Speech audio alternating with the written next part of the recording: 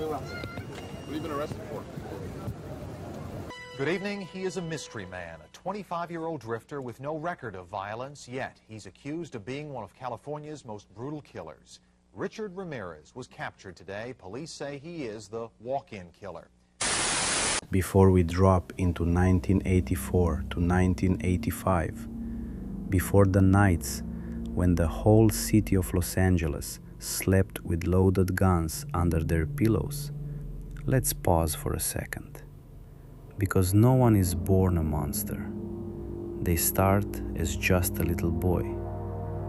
A boy born in the wrong place at the wrong time, carrying wounds no one around him knew how to name or heal.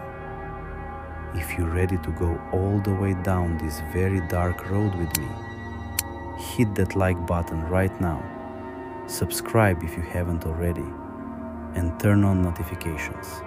You good? Then let's go back to the very beginning of the Night Stalker. Richard Ramirez is born February 29, 1960, in El Paso, Texas, as Ricardo Leiva Muñoz Ramirez, the youngest of 5 children to Mexican immigrant parents, Mercedes and Julian Ramirez. His mother works in a shoe factory, breathing in toxic chemicals her entire pregnancy. All 5 of her kids are born with health issues, breathing problems, bone deformities, you name it.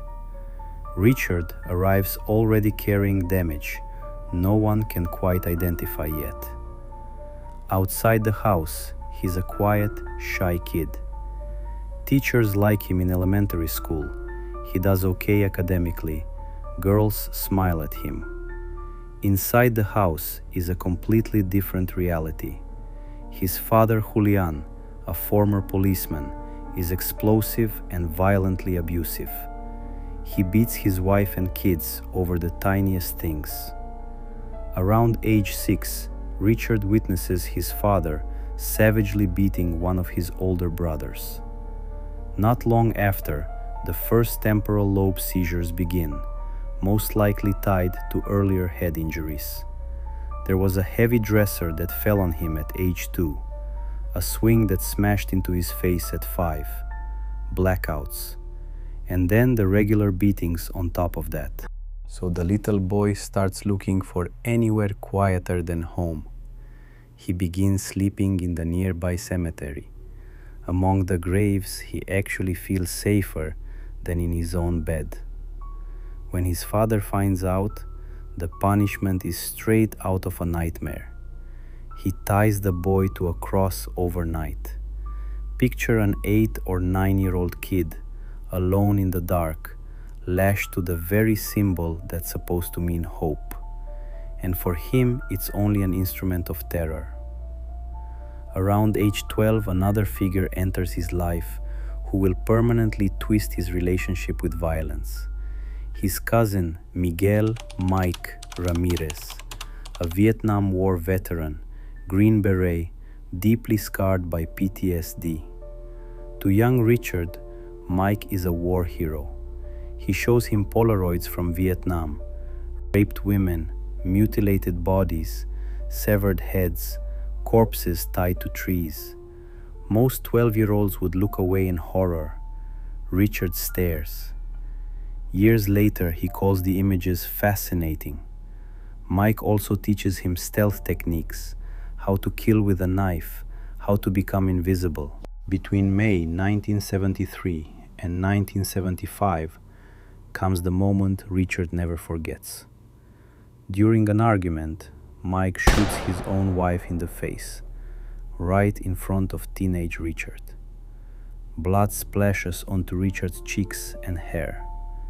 Imagine being 14 or 15, watching a murder in real time, and the killer is the man you look up to most. Mike ends up committed to a psychiatric hospital. Richard later insists it wasn't traumatic. To him, it was just interesting. And that's when something finally breaks. The quiet, well-liked boy starts drifting away from the rest of the world. Marijuana first, then LSD, eventually cocaine. School falls apart. He drops out in 9th grade. He moves in with his sister and her husband Roberto, a peeping Tom. Together, they spend nights watching unsuspecting women through windows. Richard begins hunting coyotes, rabbits, birds, gutting them, experimenting with cruelty. In 1977, he's arrested for the first time, marijuana possession. He gets a job at a Holiday Inn, steals from rooms, assaults guests, even attempts to rape a woman, until her husband catches him and beats him badly. The case somehow fades away. Richard walks. By 1982, at age 22, he moves permanently to California. He lives off burglaries and theft, burning every dollar on cocaine. No real friends, no relationships, only increasingly vivid fantasies. Violence, blood, total domination of another human being. And at some point, those fantasies stop staying inside his head. Crimes committed, crimes solved, crimes unsolved. What happens to the people who commit the crimes? Are they punished? Is the rest of society being protected from them? April 1984, Tenderloin District, San Francisco. One of the roughest parts of the city. In the basement of an apartment building, 9-year-old Mei Leung is found raped, beaten, stabbed multiple times, and hanged from a pipe. Ramirez is living in the same neighborhood at the time. For the next 25 years, no one officially connects him to the crime. Then, in 2009, a DNA hit from evidence collected in 1984 matches Richard, who by then has long been sitting on death row. 2 months later, June 28, 1984, Glassell Park, Los Angeles. A man slips through an open window. Inside sleeps 79-year-old Jenny Winkau. She is raped, stabbed repeatedly, and finally her throat is slashed so deeply her head is nearly severed. The apartment is ransacked for anything he can sell for drug money. Her son finds her in a pool of blood. This becomes the first murder officially attributed to the Night Stalker. Then, silence. More than 8 months pass without a similar crime. But this isn't the end. This is the moment something inside him finishes ripening. Barbara Chase never thought of using a gun until now. Fear is her motivation. Fear of the person who the authorities believe killed 2 people in her Monrovia neighborhood and up to 5 more in the San Gabriel Valley. March 17, 1985. Richard buys a .22 caliber revolver. That same day in Rosemead, Maria Hernandez pulls into her garage. The door closes behind her and a man appears. He shoots her in the face. The bullet ricochets off the keys she's holding to her cheek. She miraculously survives and plays dead. Inside the house is her roommate, 34-year-old Dale Akazaki. She hides behind the kitchen counter. When she picks up, he's standing over her. 1 shot to the forehead, dead instantly. An hour later in Monterey Park, he pulls over 30-year-old Tsai Lian Veronica Yu, drags her from the car, shoots her twice in the chest. She dies en route to the hospital. 3 attacks, 1 day. The media explodes. They start calling him walk-in killer, valley intruder.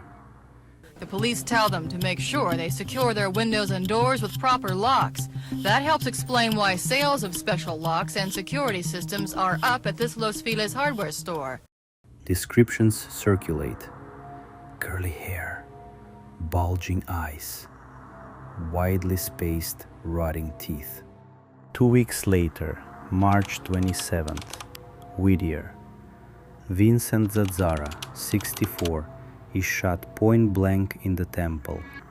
His wife Maxine is tortured, stabbed repeatedly, a symbol carved into her breast, eyes gouged out after death and taken as trophies, pentagrams drawn in blood or lipstick on the walls. This is no longer just burglary. This is performance, ritual. Let's stop here for a second. Picture the summer of 1985 in Los Angeles. You don't know if someone is coming through your window tonight. You don't know if you'll see morning. Sounds like a horror movie? Except it was real life. Drop a comment. What would you have done if you lived there at the time? Boarded up every window? Bought a gun? Left the city completely? I'm genuinely curious what you would have done. There are three things in this story that don't get talked about enough. First, the Avia sneakers. Police find a very distinct Avia shoe print at several crime scenes. A fairly new model with very limited distribution in California at the time. It becomes one of the first solid leads. Ramirez hears about it on the news. He obsessively follows his own coverage. In a panic, he throws the shoes off the Golden Gate Bridge into San Francisco Bay, so stupid sneakers won't catch him. Second, the Satanism. Ramirez was never part of any organized satanic cult. He was obsessed with the occult, talked about Satan, drew pentagrams, but it had far more to do with cocaine-fueled ego, shock value, and crafting an image of pure evil than any coherent belief system. Prosecutors later said the Satan stuff was mostly intimidation and self-promotion. 80s media ran with the satanic cult angle. It fit perfectly into the moral panic of the era, and Ramirez happily fed the fire because he loved the spotlight. Third, why did it take so long to catch him? They had fingerprints from crime scenes, but AFIS, the automated fingerprint identification system, was still in its infancy and didn't connect databases across all states and jurisdictions. Ramirez already had a rap sheet for drugs and theft, but fragmented investigations across different counties meant no one put the whole picture together. The real breakthrough came from the Avia print found in a stolen car, improved fingerprint matching, and finally, public recognition of his face. August 31st, 1985, East Los Angeles. Richard walks into a convenience store to grab a Coke. On the newspaper rack, he sees himself, his mugshot on the front page, Night Stalker. He bolts. Locals recognize him instantly. They chase him down the street, beating him with metal pipes, kicking him. He screams, "Police! Police!" begging for protection from the very people he terrorized. Cops literally pull him out of the mob and cuff him. He's 25 years old. His freedom ends on a street surrounded by people who grew up in the neighborhoods he hunted. In a few moments, several men will appear on the stage. Each man will be assigned a number and will be referred to only by number. Number 2, step to the red square in the center of the line. Number 2, in a loud, clear voice, repeat this statement. Shut up, bitch. Shut up, bitch. Number 2, turn to your right and face the door. Trial begins in 1989. He's charged with dozens of crimes and ultimately convicted of 13 murders, 5 attempted murders, 11 rapes, and 14 burglaries.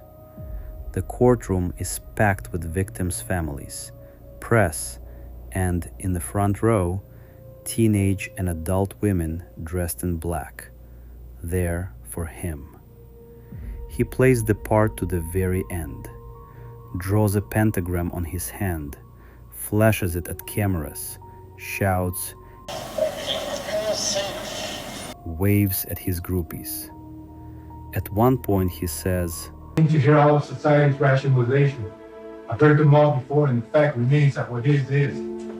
You don't understand me. You are not expected to. You are not capable of. I am beyond your experience. I am beyond good and evil. Legions of the night, night agree. Repeat not the errors of Nightcrawler and show no mercy. I will be avenged. Lucifer dwells within us all. That's it. September 20th, 1989. The jury finds him guilty on 13 counts of murder.